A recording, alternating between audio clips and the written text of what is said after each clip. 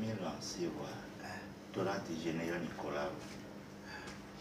On va tricher un peu. On va tourner comme ça vers la caméra. Un peu. Voilà. Lorsque tu vas lui donner la parole, Je balance le mec comme ça.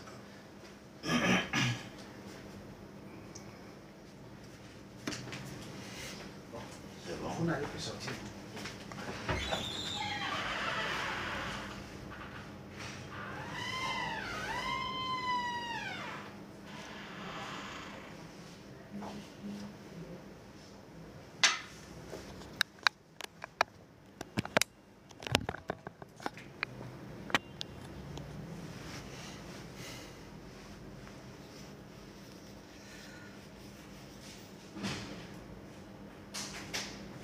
Portable.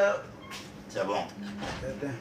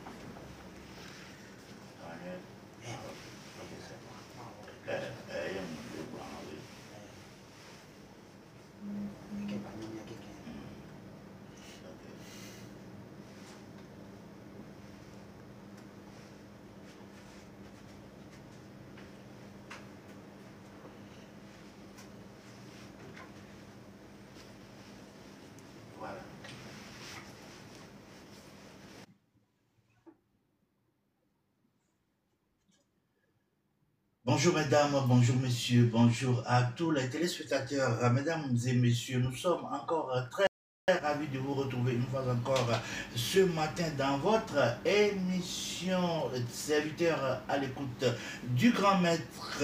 Mesdames et messieurs, nous avons l'habitude de recevoir l'homme de Dieu, le prophète Haddad Tara. Il est encore avec nous ce matin avec ses magnifiques propos. Il est avec nous ce matin pour nous édifier. Il est avec nous ce matin pour nous convier à la table du Seigneur.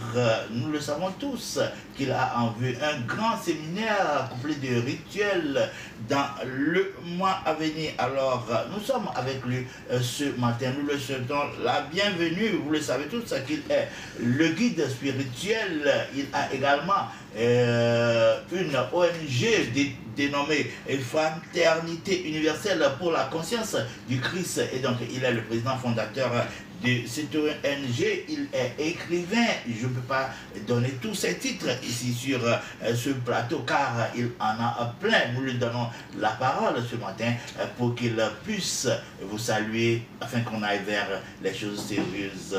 Prophète, soyez les bienvenus. Bonjour très cher. Que la paix et la faveur de Dieu soient sur tous. Amen. Alors, toujours très élégant. J'aime bien. Que Dieu vous bénisse, Amen. que Dieu vous garde. Amen. Ce soir ou ce matin, ça dépend de ceux qui nous suivent, là où ils nous suivent. Nous allons parler encore de Dieu. Nous allons parler des mystères de Dieu. Nous allons parler des merveilles de Dieu. Mais avant de commencer l'émission et de répondre à votre question, j'aimerais dire ceci, tel que la Bible nous le dit. Nous avons 30 minutes d'émission. La Bible nous dit, Exode 22 au verset 18, tu ne laisseras pas vivre ni le sorcier ni la sorcière. Dieu nous dit de ne pas tuer. Mais ce même Dieu, la seule entité, la seule personne que Dieu nous recommande de tuer, c'est le sorcier. C'est pourquoi pendant ces 30 minutes d'émission, celui qui va vouloir pratiquer la sorcellerie, là où le son de ma voix émet, il va tomber sous cette sentence-là. Ceux qui veulent sortir de leur turpitude, de leurs problèmes, ceux qui veulent être guéris, trouver solution à leurs problèmes, trouver, apporter l'éveil spirituel, déposer seulement une bouteille d'eau, un verre d'eau tout au long de l'émission.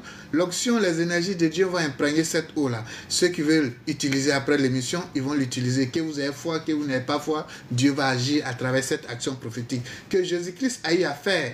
Lorsqu'ils sont venus lui dire, le serviteur du centenier était paralysé à distance, Il lui a accordé la guérison. Lorsque la dame cananéenne, sa fille, était malade, à distance, Jésus-Christ lui a accordé la guérison. Donc c'est pour dire, en Christ, en Dieu, il n'y a pas d'espace, il n'y a pas de limite, il n'y a pas de temps. Donc pendant ces 30 minutes d'émission, ceux aussi qui veulent se débarrasser de leurs péchés, de leurs vices, de leurs passions, déposer seulement une bouteille d'eau et laisser Dieu agir. Et comme j'ai dit, j'insiste là-dessus, ça me fait bientôt 9 ans que je suis avec vous ici. Je ne suis pas venu ni attraper voleur, ce n'est pas mon rôle, ni attraper sorcier, ce n'est pas mon rôle, mais mon rôle en tant qu'un messager de Dieu, c'est d'appliquer Exode 22, verset 18, de tuer le sorcier. Que Dieu vous bénisse. Quand c'est clair comme ça, on peut commencer l'émission. Merci pour... nous sommes en direct sur la télévision deuxième, comme vous le savez tous. Nous recevons pour nous le prophète Haddad Tara. Il est guide spirituel, président fondateur de l'ONG Fraternité Universelle pour la Conscience du Christ. Ce qui nous tient à cœur ce matin, c'est bien sûr le séminaire du 14 décembre à Aguefopades. Donnez-nous encore le terme de ce grand séminaire et brossez-nous un tout petit peu et en quoi va consister le grand rituel qui sera couplé avec ce séminaire. Alors, nous sommes en fin d'année et en fin d'année, nous devons préparer la nouvelle année qui vient. Je vous ai dit, l'année 2025, c'est une très bonne année qui sera bénéfique à l'humanité tout entière. Même si j'aime parler un peu codé, pour ceux qui me connaissent, c'est une année où Dieu est en train de redistribuer les richesses à tous. C'est-à-dire, avant, les richesses étaient dans la main d'un groupuscule, mais à partir de 2025, Dieu est en train de redistribuer les richesses et Dieu est en train d'apporter un temps de paix sur la terre. Maintenant, toi qui m'écoutes, tu veux profiter ou pas? C'est la question. C'est pourquoi, comme chaque année, nous organisons un rituel de fin d'année et un séminaire. Mais pour cette fois-ci, ce séminaire-là sera encore plus intéressant. Parce que là, c'est un séminaire un peu particulier, un peu bizarre, que les croyants et les chrétiens n'ont pas l'habitude d'entendre. Le thème de ce séminaire, c'est « Si l'âme réside dans le sang, comment pouvons-nous nourrir notre être intérieur pour nous préserver et pour bénéficier de cette énergie vitale ?» Je reprends encore. « Si l'âme réside dans le sang, comment profiter de cette force-là pour pouvoir agir, pour pouvoir bénéficier, pour que cela soit bénéfique, pour que cela soit profitable dans notre quotidien. La Bible nous dit dans le livre de Lévitique que l'âme réside dans le sang. Quand vous prenez Lévitique 17 au verset 11, car l'âme de la chair réside dans le sang. Maintenant, pose-toi la question. Si l'âme qui détermine ma vie est dans le sang, qu'est-ce qui impacte l'âme? Qu'est-ce qui impacte le sang? Alors, si tu cherches à connaître ce qui impacte ce sang, tu vas chercher à entretenir cette chose-là. Alors, qu'est-ce qui impacte le sang? C'est la nourriture. Et n'oubliez pas qu'il y a deux sangs. Il y a le sang rouge qui est dans les veines et il y a le sang blanc. Et les enfants sont à l'écoute. Vous savez ce que c'est que le sang blanc? Le sperme. Voilà. Donc, voici les deux sortes de sang. Ce sont les deux composantes, mais de couleurs différentes. Maintenant, si l'âme réside dans le sang, comment impacter l'âme à travers la nourriture? Donc c'est ce séminaire-là que je vais vous montrer, que je vais vous apprendre comment manger, comment transformer votre nourriture en saine pour que ça puisse impacter votre sang. La qualité de votre nourriture donne la qualité à votre sang. La qualité de votre sang donne la qualité à votre vie. Vous entendez toujours parler de sang. Jésus-Christ fait le sacrifice sur la croix, le sang. On vous parle de sang. Abel a tué son frère. Quand il a tué son frère Abel, son sang parle à Dieu. Donc le sang parle. Le sang, c'est le pouvoir. Donc comment travailler sur son sang pour impacter sa vie à travers la nourriture? Quand vous prenez Actes des Apôtres 15, versets 19 à 21, frère Justin, j'entends certains nouveaux chrétiens de ces temps-ci disent non, chrétien n'a pas d'interdit. Vous parlez de quoi même? Vous pensez que la vie à Jésus-Christ, c'est amusement? Chrétien n'a pas d'interdit. Il ne parle pas de totem. Il parle d'interdit. Qui a dit que nouvelle, sous l'aide de la grâce, il n'y a pas d'interdit? Actes des Apôtres 15, versets 19 à 21. C'est le Nouveau Testament, hein? Ce n'est pas ancien. C'est pourquoi je suis d'avis qu'on ne crée pas des difficultés à ceux des païens qui se convertissent à Dieu, mais qu'on leur écrive de s'abstenir des souilles des idoles. Il y a virgule, hein? C'est un seul verset. Des souilles des idoles, virgule. De l'impudicité, virgule. Des animaux étouffés et du sang. Ah. Donc quand vous finissez d'enseigner, de dire aux païens, évitez l'impudicité, évitez les souilles des idoles, mais n'oubliez pas qu'il y a des virgules, hein. Ce n'est pas deux versets, c'est un seul verset, virgule. Et on dit des animaux étouffés et du sang. Ah, hein. Chrétien n'a pas tout le temps. C'est pourquoi vous mourrez, non? Allez au cimetière, c'est pas si chez vous il y en a, mais chez nous en Côte d'Ivoire, il y a un cimetière des chrétiens, et puis à cimetière des musulmans. Effectivement. Chez les chrétiens, là, il y a beaucoup de morts comme ça. Et chez les musulmans, bon, la mort, c'est la mort, hein, mais c'est un peu. Pourquoi? Parce que les chrétiens, au jour d'aujourd'hui, ne respectent plus rien. Ils sont devenus des voyous. Vous comprenez? Au nom de la grâce, une grâce illusoire. La grâce ne veut pas dire un laisser-aller. Voici ça. Je viens de vous donner ici Actes des Apôtres. Où ici, chrétien a interdit. Donc ici, partant de là, je vous invite tous le samedi 14, à partir de 14h30, à la grande salle climatisée de Fopades pour ce grand séminaire. Comment impacter votre sang à travers la nourriture? Parce que la nourriture joue un très grand rôle que vous devez savoir. Je vais vous éclaircir la lanterne avant de parler même de la composante du séminaire. Quand vous prenez dans le livre de Daniel 1, verset 11 à 12, nous dit ceci. Lorsque Dieu a demandé lorsque le roi a demandé à tous les jeunes d'aller en guerre, mais avant d'aller en guerre, on doit les nourrir, les entretenir, afin qu'ils soient en bonne santé. Voici les satrapes, selon la Bible. Alors Daniel dit à l'intendant, dit au chef des eunuques, de nous donner pendant 10 jours des légumes et des fruits à manger. Il a dit non, je ne peux pas le faire. Le roi a dit de vous donner de la nourriture, de la bonne viande, du poisson, du bon vin. Vous devez être en forme pour aller sur le terrain. Il dit non, donne-nous des légumes et des fruits à manger. Ils ont insisté. Et la Bible nous dit au bout des 10 jours, ils avaient bon visage et Dieu leur accorda à ces 4 jeunes gens le don de la science. Voici un mot encore que nos frères chrétiens ne veulent pas entendre. Pourtant c'est biblique, la science. Il leur accorda le don de la science. Il savait lire toutes les lettres, la sagesse, et il leur accorda la force d'expliquer les visions et les songes. Regardez comment à travers l'alimentation, Dieu peut éveiller, et Dieu éveille, pas Dieu peut, mais Dieu éveille en vous vos pouvoirs spirituels. Et lorsque Daniel a eu à le faire, là où ils sont partis, vous connaissez la suite. Comment il a été le chef des satrapes, comment il est devenu ce qu'il est aujourd'hui. Donc c'est pour vous dire, je vous donne tous ces versets, pour vous dire ceci. La nourriture est la chose la plus importante. Sinon, vous pensez que Jésus-Christ va dire manger ceci, c'est mon corps, vivez ceci, c'est mon sang. Vous pensez que c'est des choses qui sont faites comme ça, qu'on appelle la Sainte Seine, ou bien la nourriture de Dieu? Non. La qualité de votre vie dépend de la qualité de ce qui est dans vos assiettes. C'est pourquoi à l'époque, les gens n'avaient pas prêté attention à Mère Teresa, une grande sainte, une femme, que son âme, la paix de Dieu soit sur elle. Lorsque Mère Teresa disait ceci, il était encore plus jeune, elle dit la nourriture. Elle dit quoi? Dieu réside dans les casseroles. Mais à l'époque, on n'avait pas compris le sens. Elle dit Dieu réside dans les casseroles. Dans la nourriture. Qu'est-ce que tu manges? La qualité de ta nourriture. Donc, à travers la nourriture, je vais vous donner comment vous purifier, comment débloquer vos situations, comment vous soigner. Frère Justin, ce n'est pas une prophétie, mais je vais vous dire les 50 années à venir. Et là, je vais regarder ici droit la caméra pour m'adresser au médecin, à la médecine. Que la médecine cherche à se mettre à jour une fois. Que la médecine cherche à se mettre à jour 2 fois. Que la médecine cherche à se mettre à jour 3 fois. Parce que là où nous sommes en train de partir, là, les gens vont commencer à se soigner à travers la nourriture. Et c'est les nutritionnistes qui seront les mieux recherchés plus tard à travers la guérison, à travers la nourriture. J'espère que ce que j'ai dit là, c'est rentré dans l'oreille des médecins. Que les médecins cherchent à mettre de l'amour dans leur travail, de la compassion dans leur travail. Parce qu'il va arriver à un certain moment, tout va se faire de façon, comment on appelle, sur le portable. Vous comprenez? Peut-être les gens vont aller à l'hôpital désormais pour examen, en dehors des examens médicaux. Tout va se passer maintenant de façon numérique.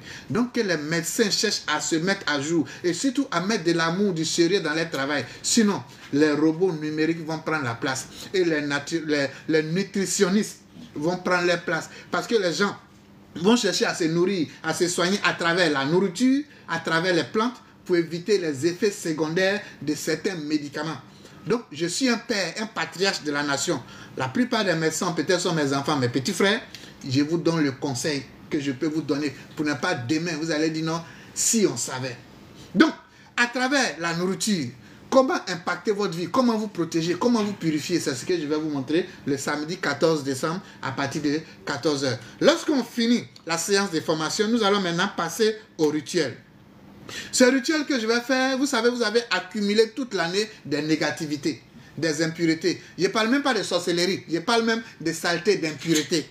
Je prends par exemple le cas même de la Bible. La Bible nous dit, dans le livre de Lévitique, celui qui va faire des rapports sexuels et que son flux sort, il est impur pendant 24 heures.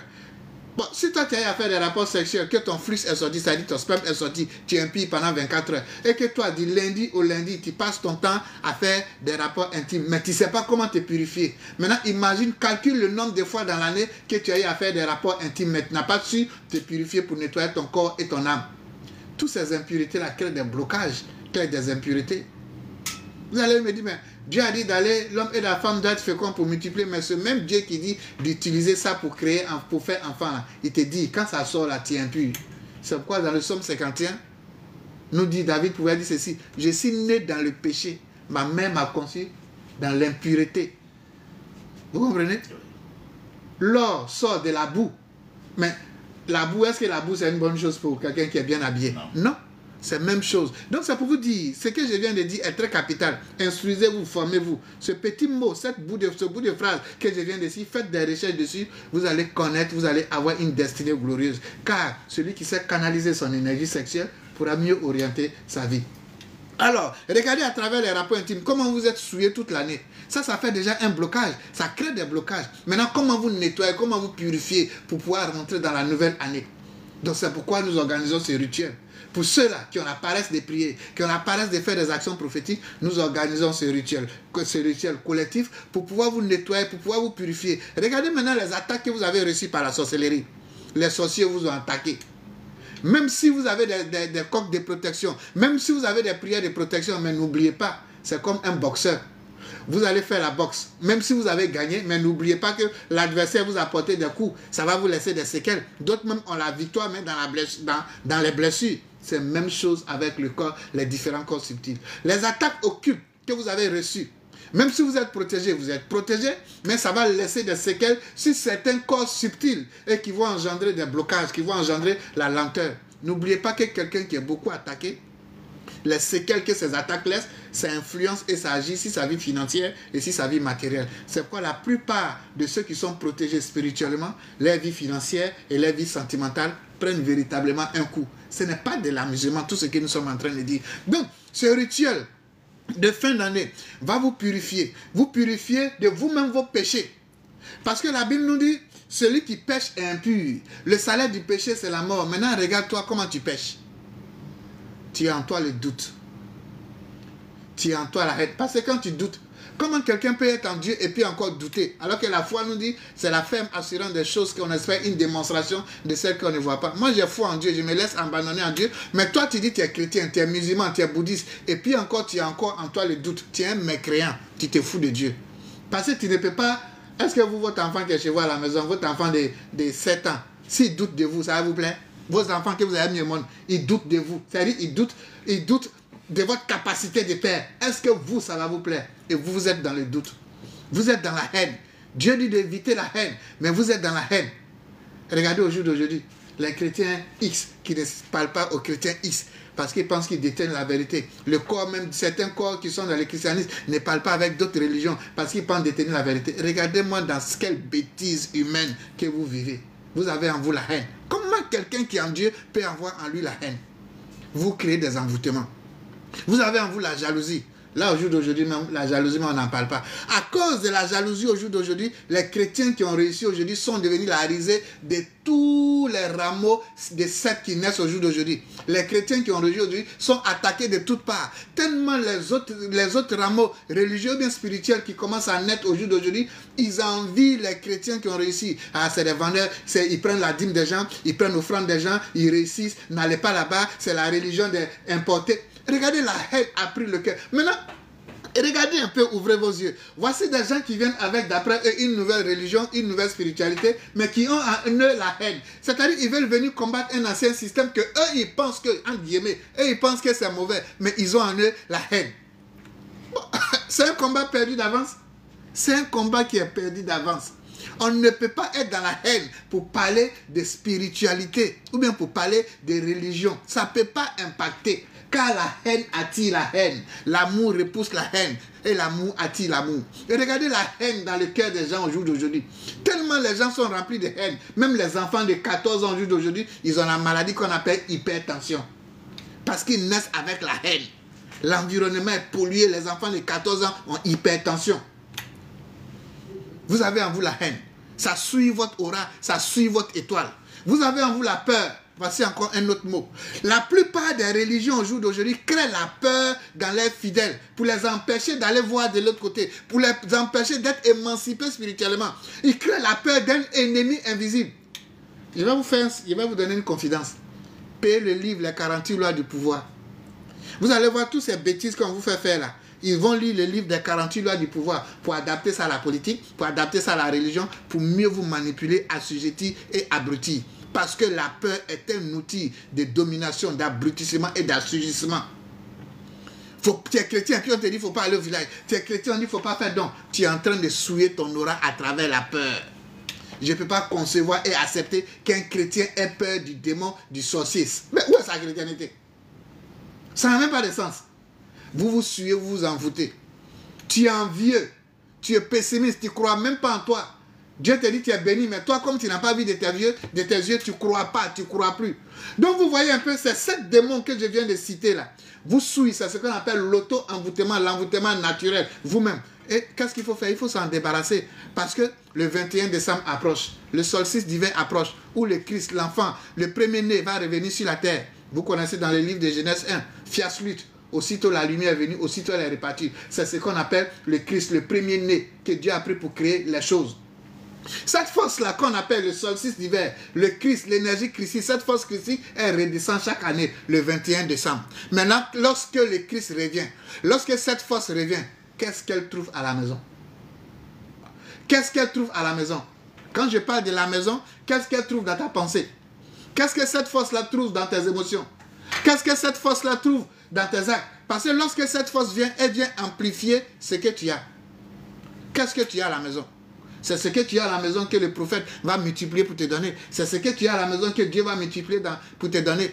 Mais lorsque cette force vient le 21 décembre, et elle trouve dans ta pensée la haine, le doute, la peur, l'envie, la jalousie, le pessimisme, la haine, la rancœur, mais elle va amplifier ça pour te donner. Parce qu'en spiritualité, il n'y a pas d'amusement. C'est pourquoi dans le livre des Psaumes, Psaume 1, la Bible nous dit malheur à celui qui s'assied en compagnie des moqueurs. Malheur à celui qui s'assied en compagnie des moqueurs.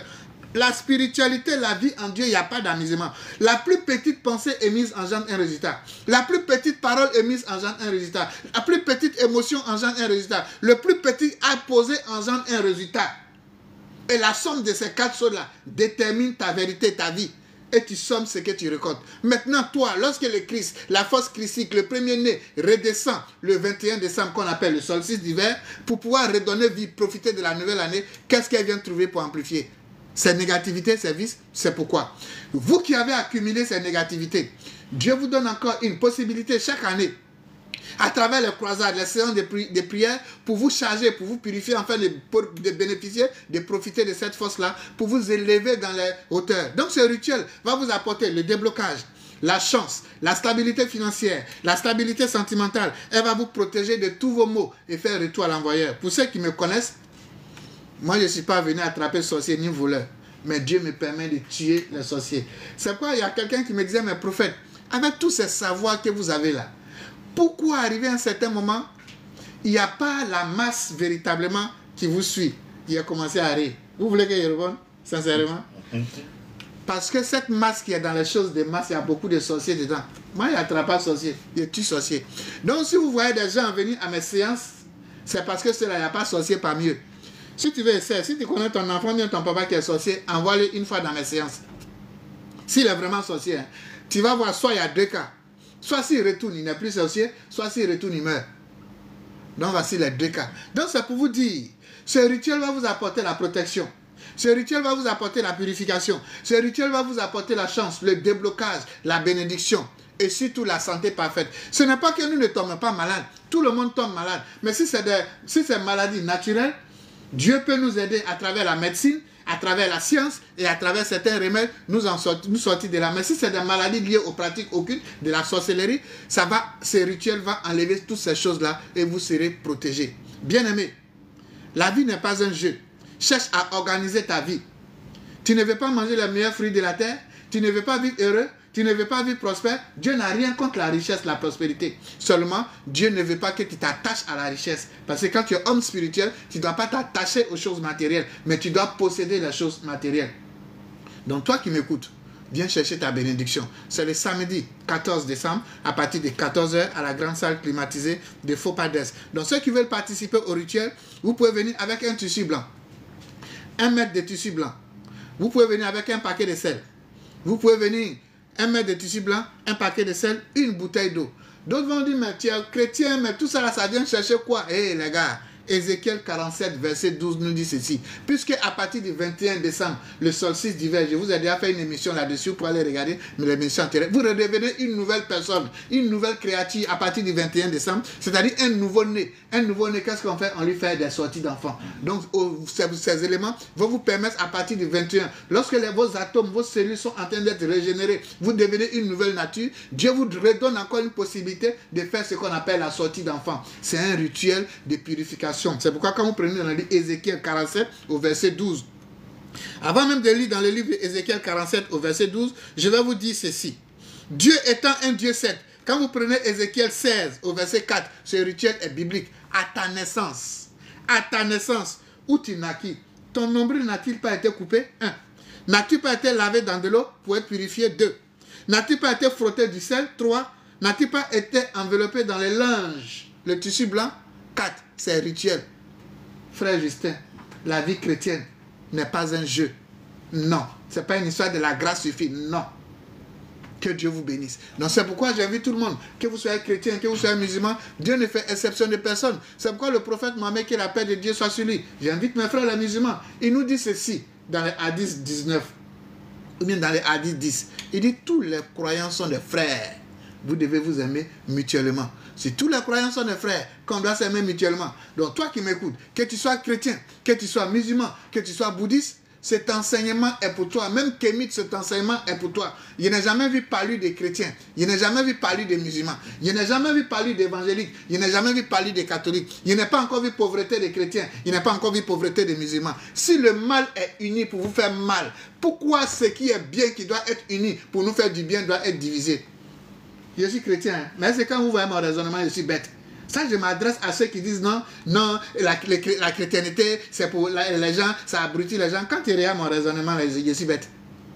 Donc, quand vous voulez dire vos bêtises, enlevez ça si les chrétiens ou bien les musulmans. Ce n'est pas parce qu'une religion est importée, on pratique ça. Quand tu suis mon raisonnement, il y a le raisonnement de quelqu'un qui est bête.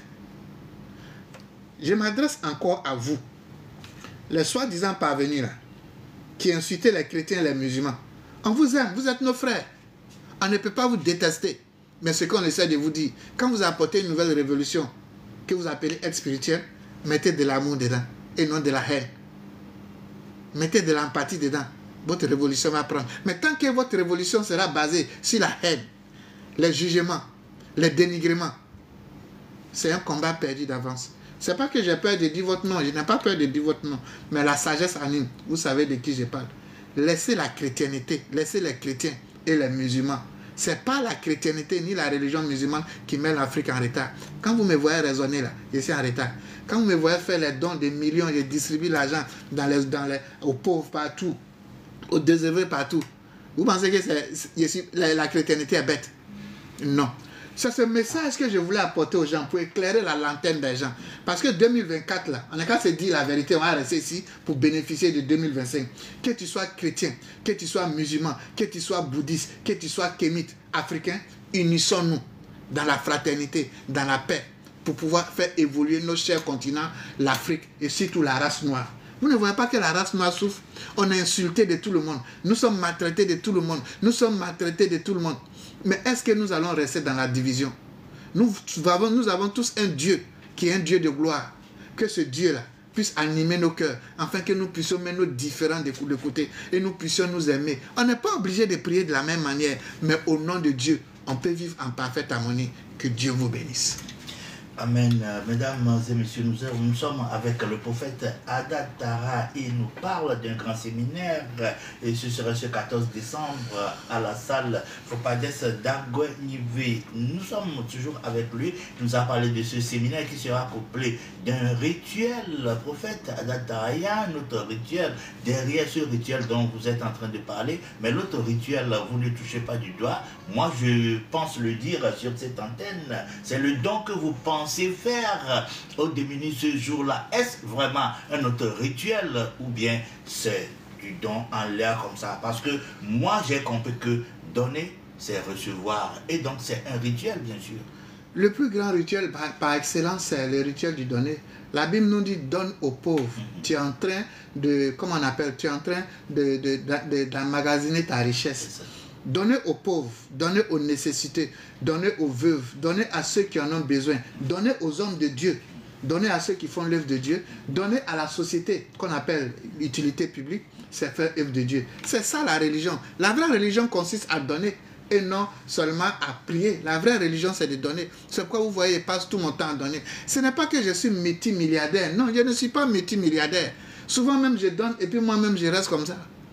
Mais donner, c'est épargner dans la banque céleste. Donc c'est pourquoi ce jour-là, dans la salle, je vais choisir 10 femmes désœuvrées qui n'ont vraiment que le minimum, même qui n'ont rien.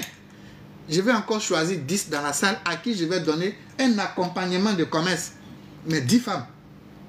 Puisque vous savez, nous sommes en fin d'année, j'ai beaucoup de dons à faire. Mais dans la salle ce jour-là, je vais donner 10 femmes. Pour ceux qui suivent mes séminaires, depuis aujourd'hui, j'ai 25 ans de ministère. Hein. Ça fait 25 ans que je sers Dieu. C'est pas pour dire que j'ai servi un peu, je suis allé dans le monde. Non, c'est Corona là qui m'a rétabli. Et puis un peu, je suis en train de prendre de l'âge que je régresse un peu. Sinon, j'ai servi Dieu. C'est-à-dire quand Dieu m'a touché en 1999, j'ai commencé à servir Dieu jusqu'à aujourd'hui. Mais chaque évangélisation que je fais, les quêtes qui sortent de là, je ne touche jamais. Vous êtes tous témoins. Hein? Je redistribue ça dans la salle. Parce que c'est fait pour Dieu. Moi, Dieu me bénit autrement. Je travaille. Je travaille. C'est pas dans le ministère. Moi aussi, j'ai mon travail, je fais à part. Mais Dieu me bénit là-bas. C'est dans mon travail, je prends et puis je viens vous donner. Imaginez un homme de ma trempe. Ça fait 25 ans. 25 ans de ministère. Il peut dire, il y a 2 personnes, 2 Togolais. Ça fait 9 ans ici au Togo. Il y a 2 Togolais qui me payent la dîme. Il y a un aux États-Unis que Dieu a permis qu'il sorte de la boue pour le mettre à la table du roi. Il fait la fierté aujourd'hui du peuple togolais aux États-Unis. Il y a ce petit-là. Et puis il y a un autre ici qui travaille dans une grande boîte. C'est ces 2 personnes-là. En 25 ans de ministère. Donc, imaginez-vous l'argent des dîmes des 2 personnes. Ça peut payer ma facture. Ma facture de courant, chaque fin du mois, ça fait 200 000 francs. À la maison, hein, pas au bureau. Chez moi, à la maison. Donc, quand vous voyez un homme de Dieu comme ça et que vous l'insultez, vous ne connaissez même pas comment il souffre pour faire ses dons, vous allez avoir la bénédiction de Dieu ou bien la malédiction de Dieu. Donc, donnez. C'est éveiller en vous vos facultés spirituelles. Donnez. C'est éveiller en vous vos pouvoirs. Donnez. C'est permettre à Dieu de vous guérir, de vous faire sortir des maladies vraiment catastrophiques. Donnez. C'est vous protéger. Oui, donner, c'est le pouvoir. C'est pourquoi je donne. Et c'est ce que Dieu nous demande. Parce que lorsque tu donnes, tu ne te demandes pas les dons que je suis en train de faire. Est-ce que c'est un musulman que je fais ou bien est-ce que c'est un chrétien que je fais? Non. Je donne sans tenir compte ni de ta religion, ni de ton rang social. Oui, quand je parle du rang social, quand j'étais à Abidjan, je donnais aux Blancs. Mon dernier ami, paix à son âme, un Blanc, Charlie. Je m'occupais de lui. C'est quand la crise a fait, la crise m'a fait sortir de la Côte d'Ivoire. Mon ami Charlie est mort à cause de l'ordonnance de Paris. Ça m'a fait mal. Quand je parle, même j'ai les larmes aux yeux. Oui, même aux Blancs, je donne. Ce n'est pas une histoire des Africains. Parce que lorsque tu donnes, tu ne dois pas savoir s'il est blanc, s'il est jaune, s'il est rouge. Donc donner, c'est Dieu. La charité, c'est Dieu. Car la charité nous unit à Dieu. C'est pourquoi j'ai écrit mon 2e livre que j'avais écrit en 2012. La charité, chemin de la vie éternelle et de la prospérité. Achetez, lisez, vous allez mieux comprendre. Que Dieu vous bénisse. Amen. Prophète, nous sommes pratiquement arrivés à la fin de notre entretien de cette matinée. Nous allons vous demander quelles sont les conditions d'accès à la salle. Il ne faut pas dire ce 14 décembre 2024. Et tout de suite après, nous allons recevoir votre bénédiction pour clôturer. Alors, la participation, c'est à 5 000 francs seulement. Vous avez droit et au séminaire et au rituel. Et dans la salle aussi, nous allons faire venir aussi certains produits spirituels pour agir sur le sang, le corps, tels que les savons de bénédiction. J'ai composé moi-même de mes mains. Ce n'est pas quelque chose qu'on a acheté. Moi-même, je compose mes produits. 299 savons qui seront là. Donc, ceux qui auront besoin de ça pour leur chance, pour leur protection, ces savons, 299 savons seront là. La participation, c'est à 5 000. Mais, l'entrée, encore une fois, je vais aller construire encore avec ce que je vais gagner à l'entrée. Je vais aller encore mettre, en vérité bien encore, puisque j'ai l'habitude de faire, c'est ça, non? Comment vous appelez ça? Un forage dans un village. Le nom du village, là, c'est quoi? Akpomé. Voilà, Akpomé, je vais aller mettre là-bas un forage. Donc voilà, donc c'est pour dire en un mot, je fais un don de soi. Qui peut faire ça? Je suis Ivoirien, hein? Ivoirien au Togo. Merci, donnez vos contacts rapidement. Alors, pour ceux qui veulent nous joindre les consultations, nous sommes au 96 30 01 75, 96 30 01 75 ou au 90 54 42 61. 90 54 42 61. Ceux qui veulent s'inscrire pour le séminaire du 14, vous pouvez appeler au 96 30 01 75, 90 54 42 61. Ceux qui veulent la consultation, prochainement faire consultation à distance. Hein. Ou bien. Pour montrer le pouvoir de Dieu. Pour dire que ce qu'on dit là, c'est pas du blabla. Voilà. Donc prochainement, on va trouver une licane pour les consultations à distance. La bouteille d'eau, vous mettez un peu dans un seau d'eau pour vous laver en demandant à Dieu tout ce que vous voulez. L'autre moitié, vous allez boire doucement en demandant à Dieu tout ce que votre cœur désire. Si mes propos vous ont blessé ce matin, je vous demande de me pardonner, car j'ai reçu gratuitement, je viens de vous donner gratuitement. Paix dans les cœurs. Bago. Amen. Mesdames et messieurs, fidèles téléspectateurs, nous sommes pratiquement arrivés à la fin de notre entretien.